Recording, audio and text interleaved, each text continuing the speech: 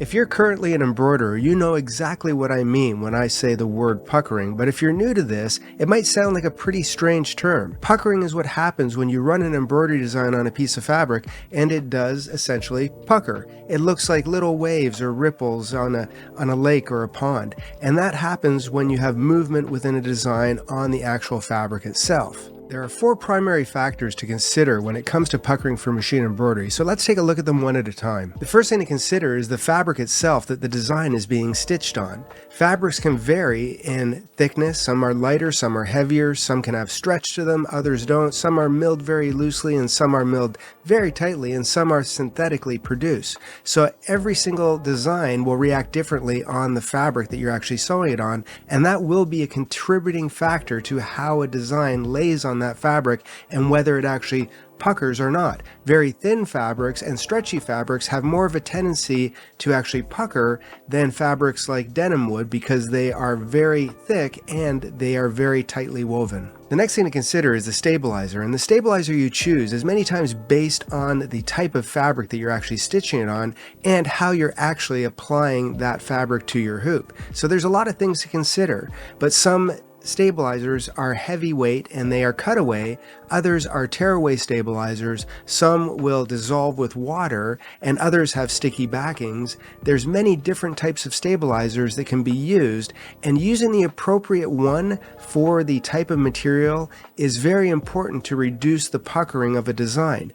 It's not wise to use a tearaway stabilizer on a PK knit Gulf shirt because it doesn't give any real stability to that woven item.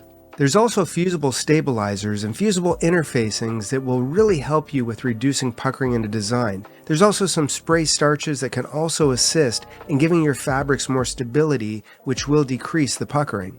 Now the next one to consider I feel is really important, and that is how you hoop your fabric before you embroider it. Personally, I think the best thing to do is make sure that your fabric is securely hooped within a hoop, and that way it reduces the amount of pulling and pushing within your fabric while the design is running. Even when your items are securely hooped, we've come up with a bunch of little tips and tricks that will assist you with getting even better results. These vary from T-pins to clamps to creating sort of rubberized windows to make sure that slippery fabrics and sheer fabrics don't slip within the hoop. Because if your fabrics are slippery touching one side of the hoop and your stabilizer is touching the other side of the hoop, one might hold better than the other, and that can also create possible puckering within designs. Now, I know a lot of people love floating within the hoop, and if you don't know what that term means, people like to hoop their stabilizer and then float their material on top. And it is a lot easier and more convenient, but it does come with some dangerous pitfalls if you don't do it properly. There is a time and place for it in certain circumstances, and within designs that aren't overly stitch intensive and are a little bit simpler, you can get good results, but nothing beats having your fabric and your stabilizer securely hooped within a hoop.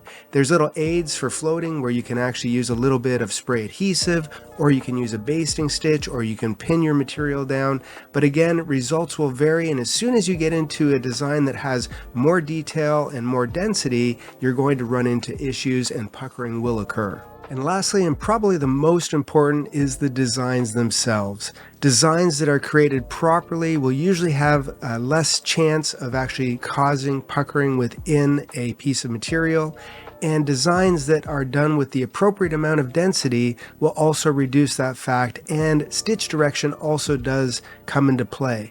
Now that sounds like a lot of information, and that really comes down to the design itself. A lot of people think that a stitch intensive design might be a bad thing, but to be quite honest, if you want full coverage on a large design and you want there to be lots and lots of detail and blending and outlines and things of that nature, that will require more stitches.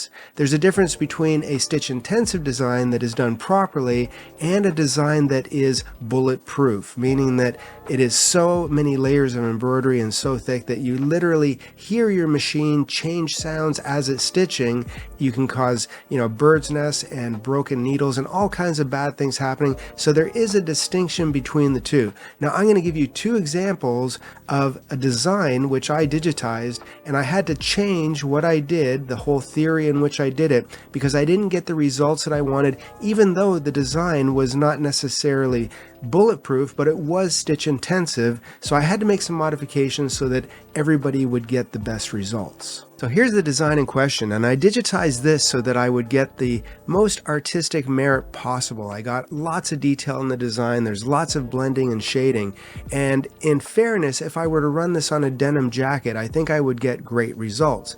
But I did this on a very thin piece of acrylic felt with a piece of, cutaway stabilizer, because I want to make sure that designs that have more density, I want to see the reaction in the worst case scenario. And the reaction was that I ended up getting a lot of puckering within this design. So there you have it, your crash course on puckering for embroidery. Now the good news is we have lots of education and resources for all of these topics, whether it's fabric types, hooping, stabilizers, or how to create machine-friendly designs. We have something to help you along in every aspect of your embroidery journey.